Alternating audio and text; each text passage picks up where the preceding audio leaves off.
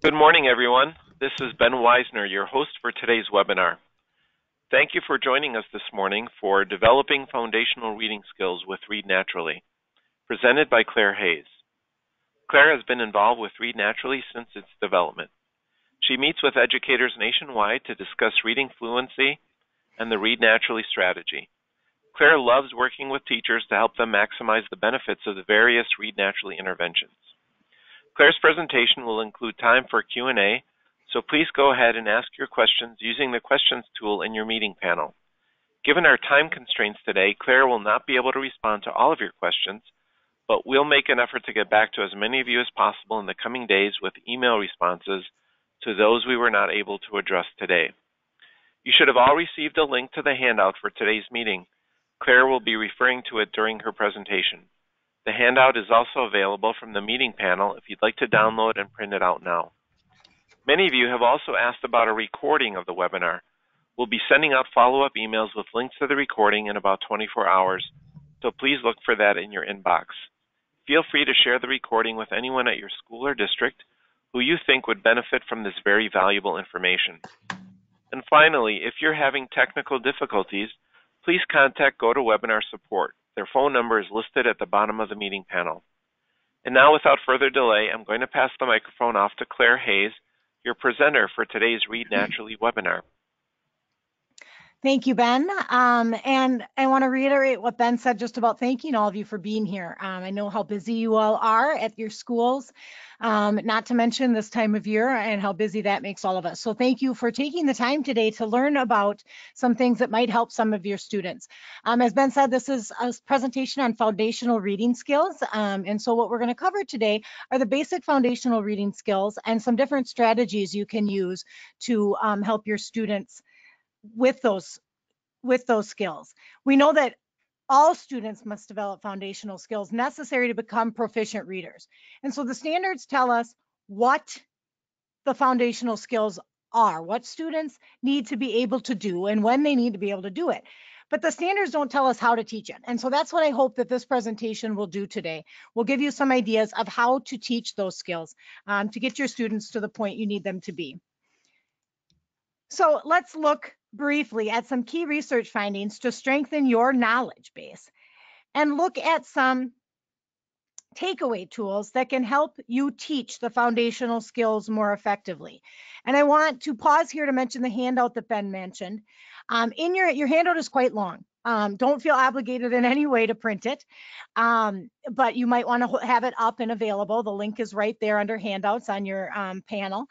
In the handout, there are a number of great takeaways, and I will refer to the page number that they are on in the handout, and then you may decide to jot down those page numbers and print out just those takeaways. One of the things that I hear most about this presentation is that there are a few takeaways from it that are very helpful for many teachers. So please listen for that as I go through the presentation.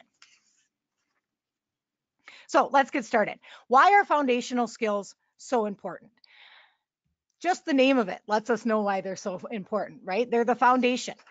They're the basic skills that students need to master in order to become proficient readers, okay? So at first, we need our students to have specific direct instruction on the following areas. The first one we're going to talk about today is print concepts, which of course is just the understanding, the organization of basic features of print. The next one we're going to talk about today is phonological awareness, which, as you know, is the understanding of spoken words, syllables, and sounds. And it is different than the next one, which is phonics and word recognition. And that's knowing and applying grade level phonics and word decoding or word analysis skills to decode and recognize your words. And then finally, we'll spend the last few minutes talking about fluency, which is reading it with a sufficient accuracy, expression, and rate in order to support comprehension. And so we need all of these things to form a basis for our students before that they can start looking at the higher level concepts that they need to be able to do in the higher grades. So as you think about these foundational skills, think about why it's so important to learn these skills quickly. Well, of course, the students who learn them quickly, they're able to read more material, they like reading, they're able to decode better, they have enough energy to understand, and that makes it more fun. And therefore, they're exposed to quite a bit more text.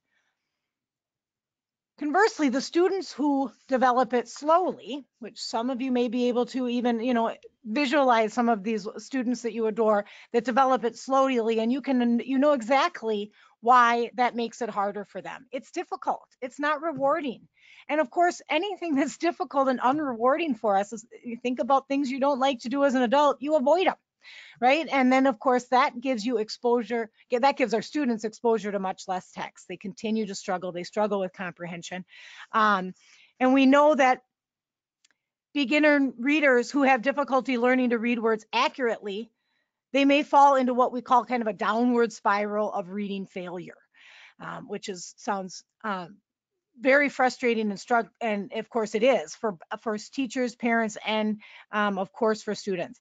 So students who get off to a quick start in reading, they're more likely to read more over the years. But unfortunately, very early in the reading process, poor readers will read much less text than their classmates. And so then having the less exposure prevents them from becoming more developed in their language and vocabulary and their background knowledge. And the students have an even more difficult time catching up.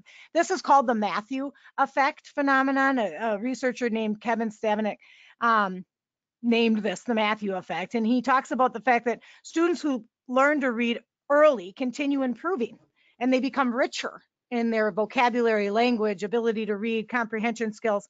And the students who do not learn to read early, they struggle more right off the bat, and so they have less exposure, less work with text, and so they become poor. So quite literally, the rich become richer and the poor become poorer in the reading context as well.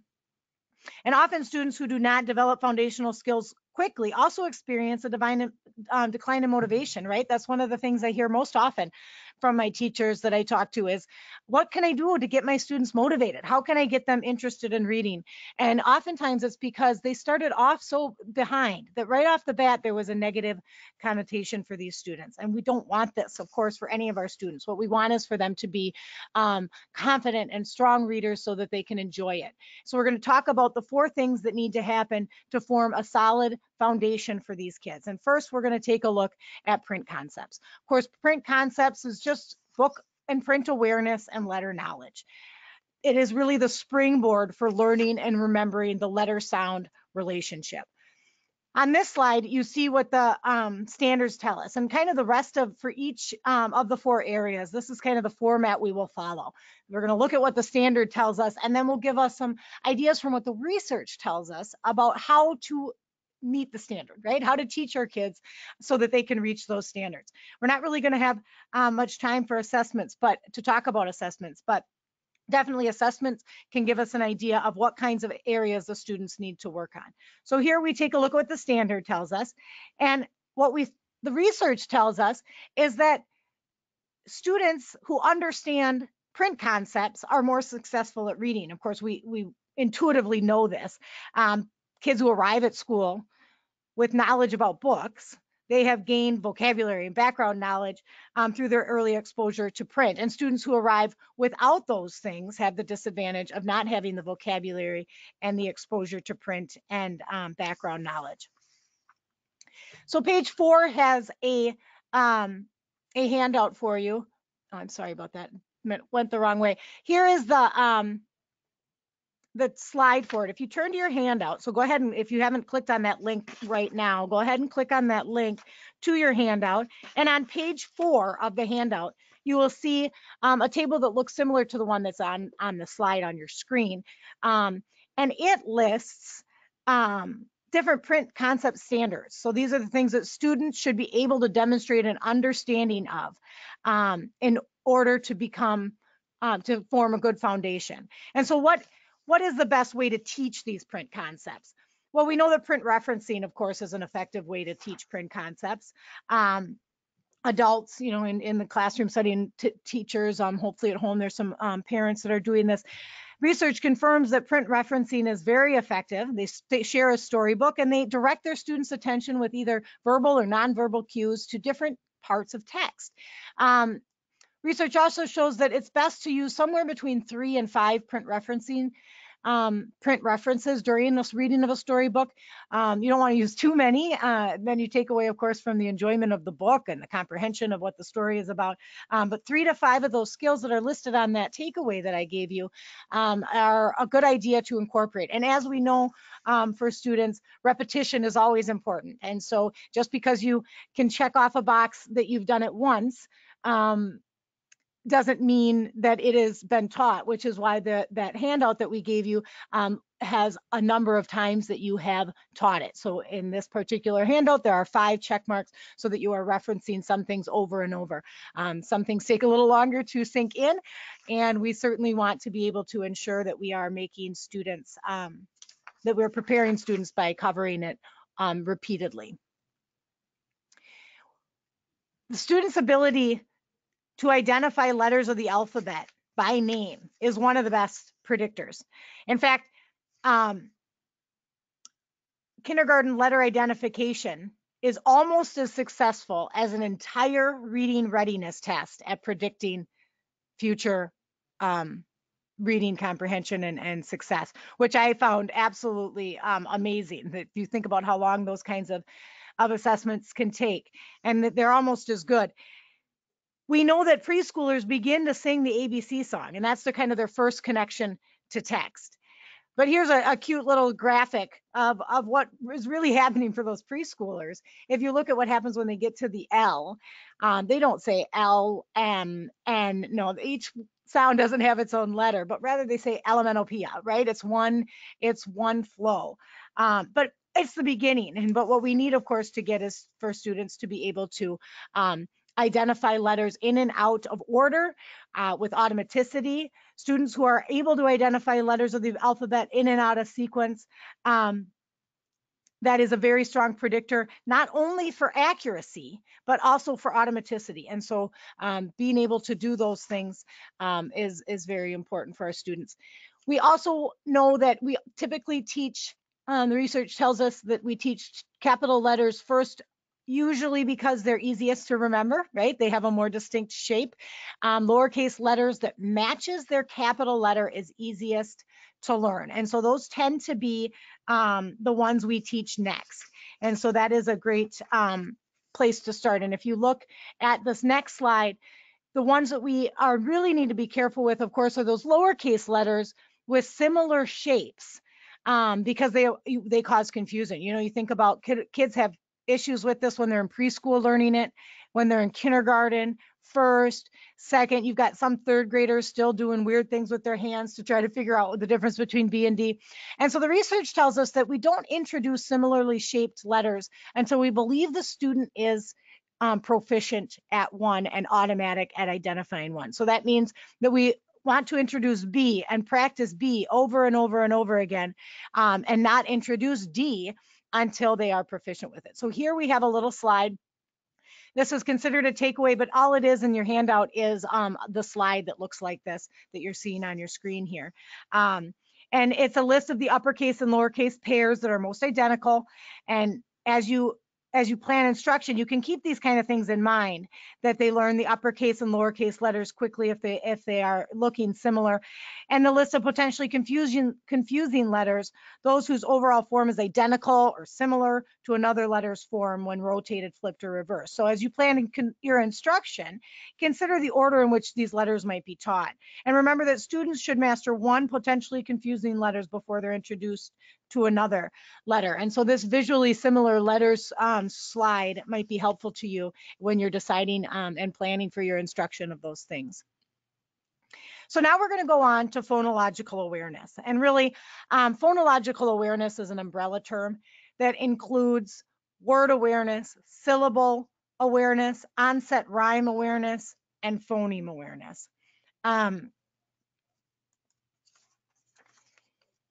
Phonemic awareness is not the same as phonics.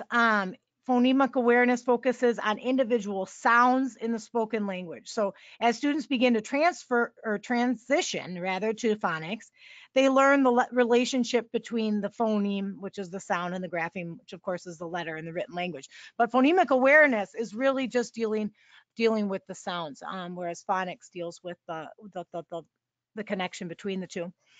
On this slide, you're going to see what the standards tell us about what they expect, the big picture for phonological awareness. But what does the research tell us about how we should teach this? So first of all, phonemic awareness performance is also a strong predictor in long-term reading success. Students with strong phonological awareness are likely to become good readers, and students with weak phonological awareness are likely to have trouble.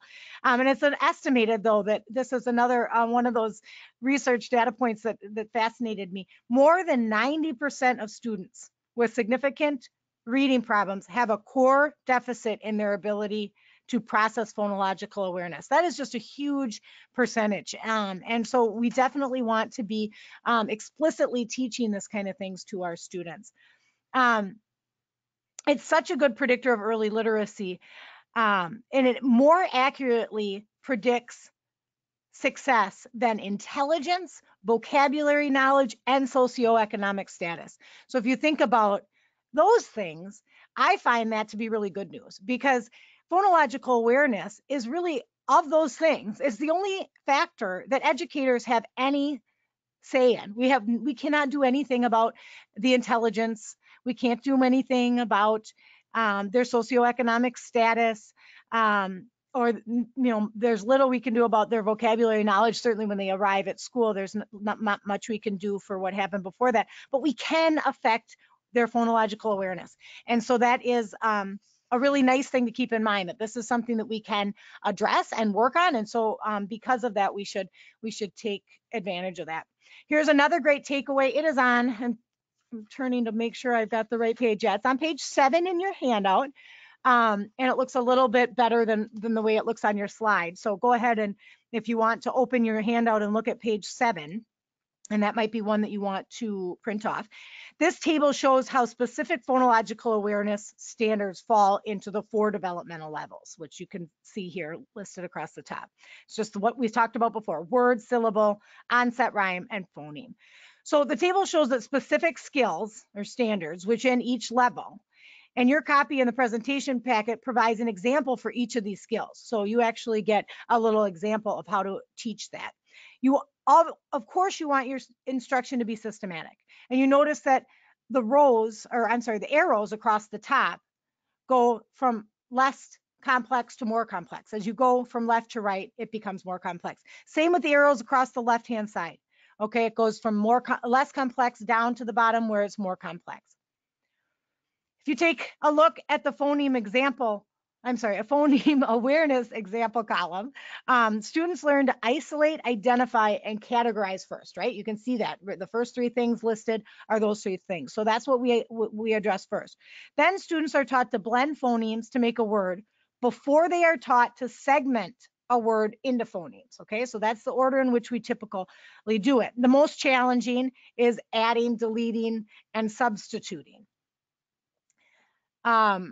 What we want to be working towards, you'll notice that blending and segmenting are present in every single one of the columns. And so we always want to be moving students towards the blending and segmenting. So now what I'm going to do is show you an example of a lesson, a blending phonemes lesson. And we're trying to blend them into words. And this is a phonemic awareness skill that contributes directly to learning to read and spell. So here's an example of a blending lesson at the phoneme level of a teacher-directed phonological awareness program. We know that to make sounds less abstract and more concrete, phonemic awareness instruction that provides markers for phonemes is helpful in teaching students how to manipulate phonemes in speech. And this example uses interactive icons to represent sounds. And this is from a program we naturally has called Funēmics, which has an iPad display. The display used by a teacher is an iPad, which is interactive by tapping on it. You can very easily see how you can use markers with a piece of chalk and a chalkboard or a whiteboard or even a piece of paper and a pencil. So this can definitely be translated into your own materials very easily. But let's see how it works. I want you to notice how the skill is modeled, and then the lesson provides repeated practice. So as I'm going through this, I'm going to be the teacher, and I'd like you to put yourself in the role of the students and kind of respond as I present a portion of this lesson. So here we go with the lesson. Here are 3 sounds that make up a word. I'm going to blend the sound slowly. Then you will say the word fast. For example, I'll say miss, and you'll say it fast, miss. Listen, mom, mom. Now students can work on a segmenting example. Segmenting words into phonemes is another example of phonemic awareness skill that directly contributes to learning to read and spell. This is an example of segmenting, but it's important to keep in mind that previous lessons have carefully modeled and taught segmenting. So this isn't the very first lesson in segmenting. In this particular program, there's a number of lessons before this one. This lesson introduces medial phoneme isolation, okay, while providing repeated practice, of course, for segmenting, and initial and final phoneme isolation. So put yourselves again in the role of the student and respond as I am the teacher. And here we go with a mini portion of this lesson. This lesson reviews the rhyme. 1, 2, buckle my shoe. 3, 4, shut the door. Listen, shut. Everyone say the word. Ready? Shut. There are 3 sounds in the word shut. Put your thumb up when you can hear each sound. Everyone say each sound in shut while I touch the icons. Sh, t. Blend the sound slowly. Ready? Sh, t. Think about the first sound you hear in the word shut. Everyone say the first sound. Ready? Shh. Everyone say, or think about the last sound you hear in shut. Everyone say the last sound. Ready? T. The middle sound. Everyone say the middle sound. Ready? So as I mentioned before, this is an example from Funēmics. It's from book 6, lesson 4. So obviously students have received other lessons prior to that, given the placement in this program. And you can see a picture of the handheld teacher lesson with the little flip book, and then the display book is an iPad. But you can see very easily how this could be incorporated using manipulatives, whether it's literally little marbles or something on their desks, or if you're writing something on the chalkboard. Any of those things will help you make those concepts more concrete for the students. So now we're going to talk about phonics and word recognition. So phonemic awareness and phonics are not the same, but instruction in phonemic awareness and phonics overlap quite a bit, don't they? As students begin to transition to phonics, they learn the relationship between the phoneme, which of course is the sound, and the grapheme, which is the letter. Phonemic awareness instruction improves phonics skills, and phonics skills improve phonemic awareness instruction. You know, that of course the relationship is reciprocal. So they're so closely connected that we can predict one is good or bad based on the other one. We want to think about what kinds of words there are. So take a look at the words on this slide. Word recognition, as we know, involves 2 major types of words. We have regular words and irregular words. Regular words are words that can be decoded by sounding them out. Irregular words are words that are not decoded, cannot be completely decoded by sounding them out. So in the beginning stages of phonics instruction, an irregular word can also be a word that a student has not yet had specific skills in. So if they have not been taught that KN says the N sound, at first you will teach letters that start in KN as irregular words because they haven't been taught that sound pattern. But as soon as they know that KN says N, then you teach the spelling and the automaticity with them as regular decodable words. So they switch to a different column as soon as that pattern has been taught. So what does the research tell us about how we learn to read and spell with regular and irregular words? I find this to be incredibly interesting and exciting because we can do so much with this information. Researchers have debated for decades about whether or not the brain uses a single route method for reading and spelling all types of words. Research used something called an fMRI neuroimaging data to show that different parts of the brain are in fact active based on whether the word had regular or decodable or irregular, not decodable patterns. So the brain, different sections of the brain work at different times depending on whether or not the word is an irregular or irregular word. So as we talk about phonics and word recognition, we're going to label the two kinds of words. Words that are regular words, we're going to call sound out words. We'll call irregular words spell out words. So this robust brain research has implications for approaching and teaching regular and irregular words differently because our brains learn sound out words and spell out words differently. They need to be taught differently. So it's very exciting to have this information. On this slide, we're going to see what the standards tell us about the big picture for phonics and word recognition. So what does the research tell us? Many people will say, well, does it even make sense to teach phonics? Aren't there so many words that don't follow a pattern? So let's take a look at the numbers. Actually, the spelling of words in English is more regular and pattern-based than most people believe. About 50% of the words in the English language have regular spelling patterns. That means that the letters used to spell these words predictably represent their sound patterns. For example, words like black, hot, and plain. They all follow reliable, regular spelling patterns. They can be sounded out, so they're sound out words. Now, another 37% of the words have only one error if they were spelled on the basis of a sound symbol correspondence alone. Typically, the error would occur in a spelling of a vowel sound, like the schwa sound. So let's say a student wants to spell the word temperature. Even though most of the word is decodable, the vowel in the third syllable must be learned in order to spell the word correctly. So all vowels sometimes make a schwa sound. So the sound alone will not help the student spell that part of the word. And when the student attempts to decode the word, he may stumble on that syllable.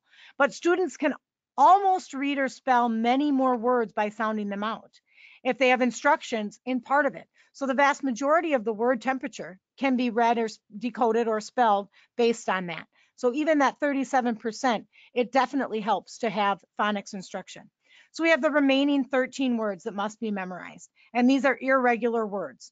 The national panel conducted a meta-analysis to review the research on effectiveness of various approaches to teaching students to read. And of course, no surprise, their findings showed that the students who received the systematic and explicit phonics instruction were better readers than those who did not receive systematic phonics instruction. So we definitely know that is important to teach it.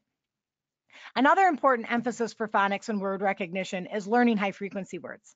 So on this slide, you're going to see what the standards tell us about high frequency words. Kindergarten students must read we start teaching our kindergarten students high frequency words. And what's amazing about high frequency words is how few words you need to know in order to account for a vast majority of the words that the students are going to encounter. So if you look at this part of the slide, 8 words are 18% of the words that students read and write, 25 are a third, 100 are a half. So you just need to know 100 words to know half of the words that students need to read and write, and then 300 words account for 2/3 of it. So I have one of my favorite takeaways of the presentation is here on page, I think it's page 10. Yep. Page 10 shows you the first 200 high frequency words. And I'm sure many of you have similar handouts to this one.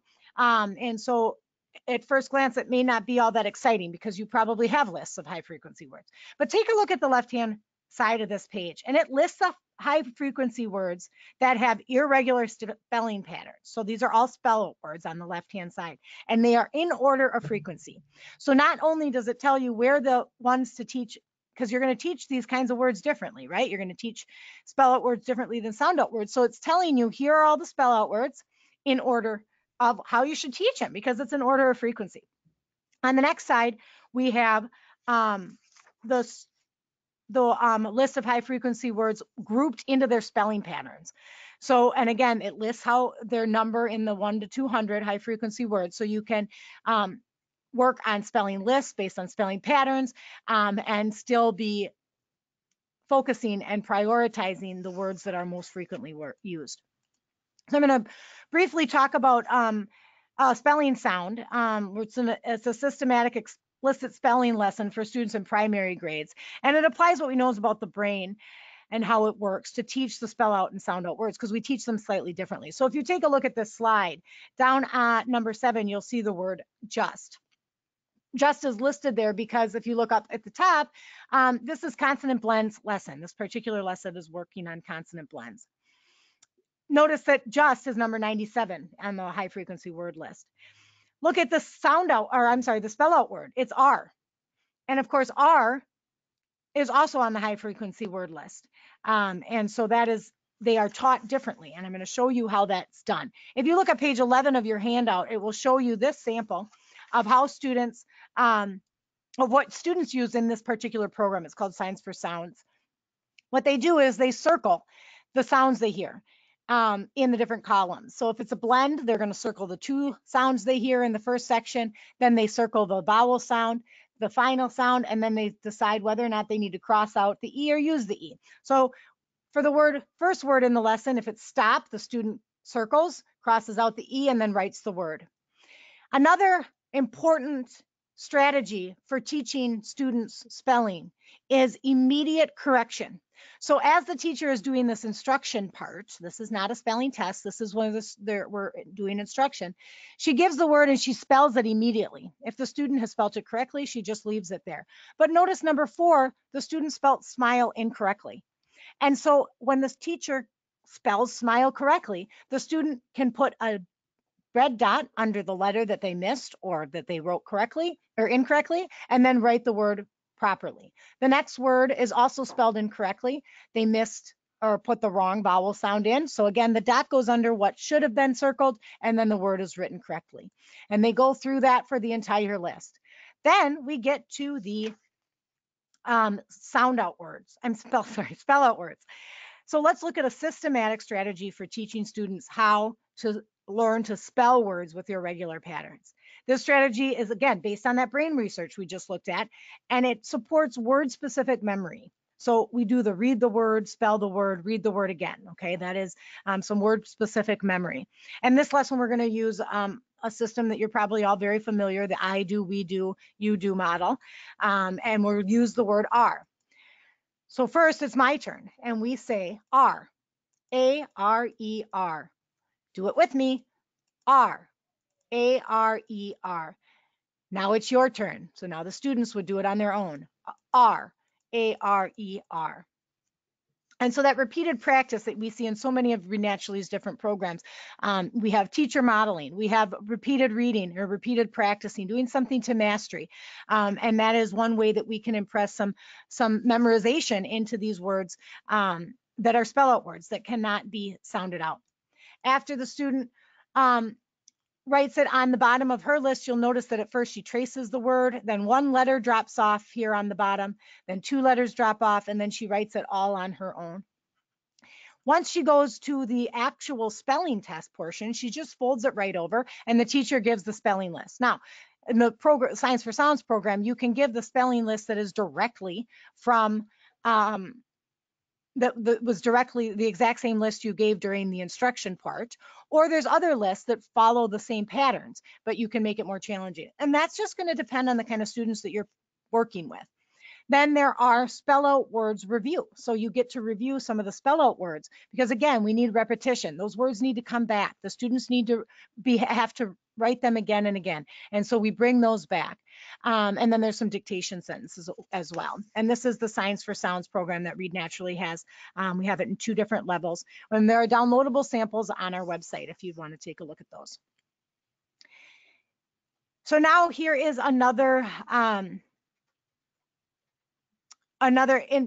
piece of information about what research tells us. Why is it so important for the students to build automaticity with the word recognition? So we know that students become, I'm sorry, Yep, I'm in the right spot. Okay, so most phonics programs teach students to decode accurately, but learning phonics doesn't often necessarily guarantee that students will learn to decode accurately or quickly or effortlessly with automaticity. So the research tells us that in order to become fluent readers, so fluency needs strong phonics base. They need to be able to decode with automaticity. So in fact, research findings show that the students who have not developed automaticity by the beginning of only second grade are at risk for reading failure. So we need to develop that automaticity as early as we possibly can. We have another, on page 13, is another sample lesson from a strategy that builds automaticity in word isolation. And so this particular exercise follows the consonant C with a soft sound. And you can see that if you look down the columns, you'll notice that they follow patterns. And so there's an audio supported lesson that goes with this program, and it's a word warm-ups.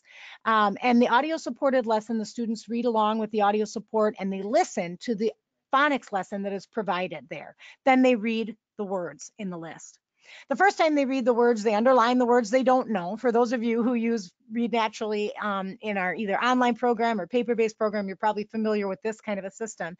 They practice a cold read, they underline the words they don't know, they mark the last word they read correctly, subtract their errors, and it gives them a cold timing score, which they graph, okay? Because what we want to do is we want to teach decoding, but we need to bring it to automaticity, like the last slide just told us about the research. Then they practice over and over again to bring that decoding to automaticity. And finally, they do a pass or hot timing, which they can then graph as well. And there's a specific number goal that you might have them be able to get by a certain time.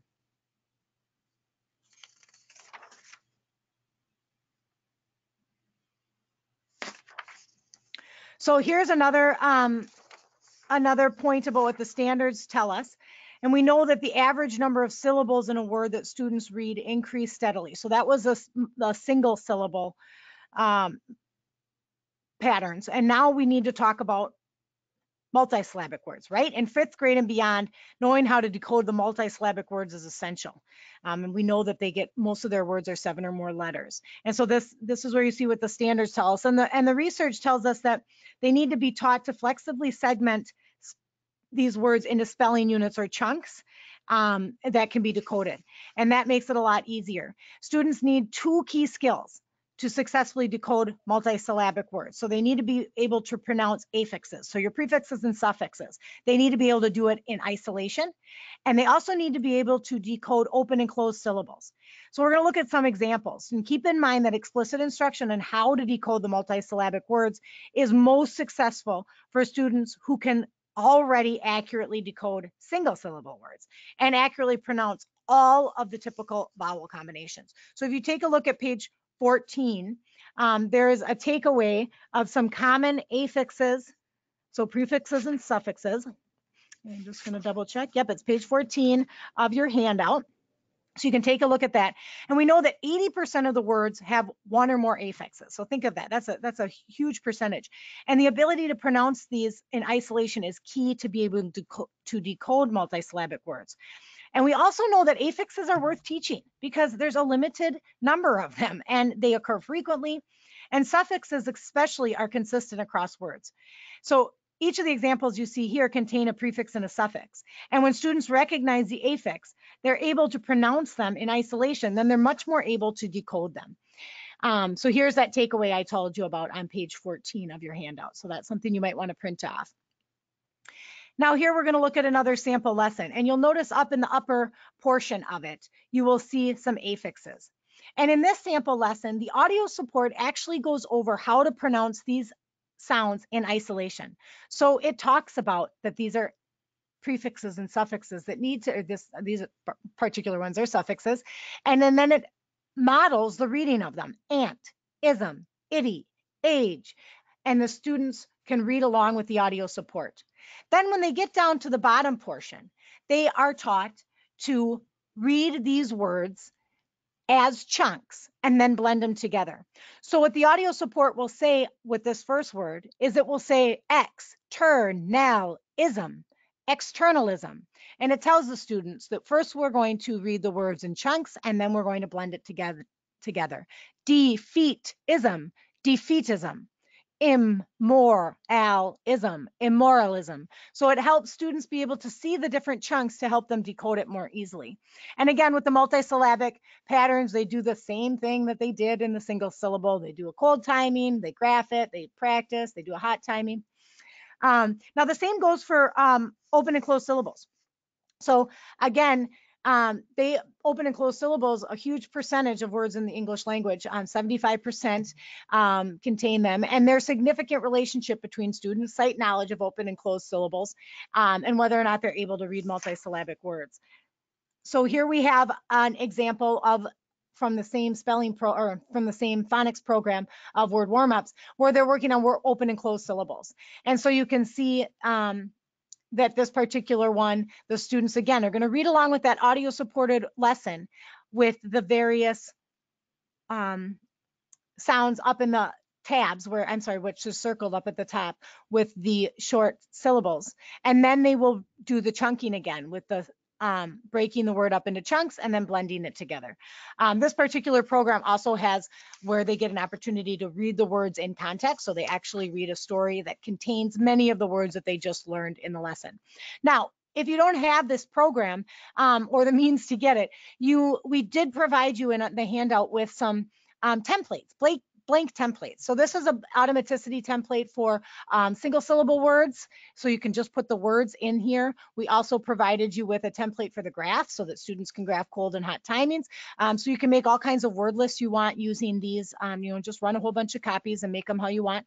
Then we also provided this template so that you can put in prefixes and suffixes, or you could use this one for open and closed syllables as well. So those are both options for you. This is called Signs for Sounds. So the final one, of course, is fluency. And many of us are very familiar with fluency, that it's the ability to read accurately with good expression. We know that setting aside independent reading time is not sufficient, right? Because even if they read the exact same amount of time, which we know they don't necessarily, but even if they do, a fluent reader reads significantly more words than a non-fluent reader, okay? In this particular example, it's a disparity of 7,500 words, even if they're practicing the same amount of time. They're not reading the same number of words. And so here's what the standard tells us. So what does the research tell us? We know that fluency is highly correlated with comprehension. It's why we care so much about it. And we also know that setting aside independent time for silent reading isn't enough. The research tells us that there are specific kinds of instruction or kinds of systems that will help you get your students to become fluent. One is teacher modeling, right? This proficient reader. You can do choral reading. You can do audio supported reading, partner reading, where you are learning words you don't know and becoming more automatic with words that are difficult. Repeated reading is the most powerful way to improve fluency. They read over and over again until they've mastered the words. And then finally, progress monitoring. We know that if we give kids short-term and long-term goals, that they do better. And in this program, and all Read Naturally's program, much of the monitoring is right in front of the students. And so it's incredibly powerful. So here is a program by Read Naturally for emergent readers. It's called GATE. And the students go through writing predictions. So they get to work on their sounding out and spelling out words. They do progress monitoring, so they do cold timings with the group where they read the passage and graph how far they got. Then they read along with the teacher with a small group. So the teacher is the audio support in this particular one. So it's for students who aren't ready for the independence of Read Live or Encore. And this is where they do the teacher modeling. Then they do the repeated reading where they practice on their own. And the teacher hopefully can listen to each one practice one time with each story. Then they do a hot timing and graph how far they got on their final timing. And then finally, there's comprehension questions because we always want to check for comprehension. There's a word list so students can practice the particular patterns that were taught because this is a phonics-based way of working on fluency. There's also spell out words that they have to spell that are from previous lessons. So they have ones that are introduced each lesson, and then they're required to remember ones from past lessons. And then they also work on spelling sound out words. This again is the program that we call GATE, which stands for Group and Tutoring Edition. But many of our programs are fluency based that work on fluency. Many of them also work on phonics. And of course, comprehension and vocabulary are also key components in those programs. So we know now why all these foundational skills are so important. There are resources out there with programs that we have, as well as just these ideas, these research-based strategies that I provided you with that you can use with your own materials. And so we hope that you have learned some information today, that you now have a few more tools, some of your takeaways that you can use, and some of the materials you already have in your classrooms that you can start being more systematic, or as systematic as you can, with your instruction of these 4 foundational skills of print concepts, phonological awareness, phonics and word recognition, and fluency. So now is our time for questions. I don't know if we have any, Ben. We are right at the limit. I apologize for getting to that point, but if we have time for questions, you could, if you let me know what some of them have popped up as, please. Sure. I think we have time for a couple questions here, Okay, Claire. The first one is, what resources do you have for older students with major decoding issues, and do I take them all the way back to phonics? Part of that question. Yes, that's a great question. So if students have major decoding issues, regardless of their grade, there is still a big benefit in taking them back to phonics. But that does not mean that when they are working on things like fluency, they need to be working at that level. So what I mean by that is a program like Word Warm-Ups, or if you have Read Liver or Encore in the phonics level, those word lists that are available can be great supplement to these students. So let's say you have a 9th grader who is reading at a 4th grade reading level, and you know its major issue is decoding. You can take him through some of those multisyllabic lessons in Word Warm-Ups, or take the higher levels from Encore or Read Naturally Live and print out the word lists from those higher levels. And that will give you opportunity to work on those concepts with the student, but still have him working with material in a 4th grade or 5th grade level as high as he can work. So we tend to recommend working on it separately from when you're working on things like fluency and comprehension. Okay, great. And we'll have time for one more question. Okay. And then we'll do a short wrap up. And this question is, what is the quickest way for students to work on increasing reading fluency and decoding skills? Well, I think, the National Panel of Reading says the best way to improve those things is repeated reading. And I think that the only way, or not the only way, but for many kids, one of the only ways to get them to do repeated reading is with progress monitoring. So having them read something over and over and over again does transfer to new text, because they bring those words that are in that passage to mastery, so that when they see a different passage or a different piece of reading material, they're able to read those words more readily. And we saw in this presentation how many words are high frequency words, and how few words they really need to know well, and that having them learn those words with automaticity is incredibly powerful, especially through that repeated reading. So yeah, I think that is the best way to do it, and I believe that timing students is one way to help encourage, to motivate them, because they get to see their progress right away, which makes them want to keep practicing. Okay, very good. Thank you so much, Claire. Thanks for that great presentation, and thanks to everyone for attending our webinar today. Another reminder that we'll be sending out follow-up emails with links to the recording in about 24 hours, so please look for that in your inbox. Feel free to share the recording with anyone at your school or district. Also, if you could please respond to the survey that will appear on your screen as you exit the webinar, so we can continue to improve this educational experience for all of you in the future. Thanks again, and have a wonderful day, everyone.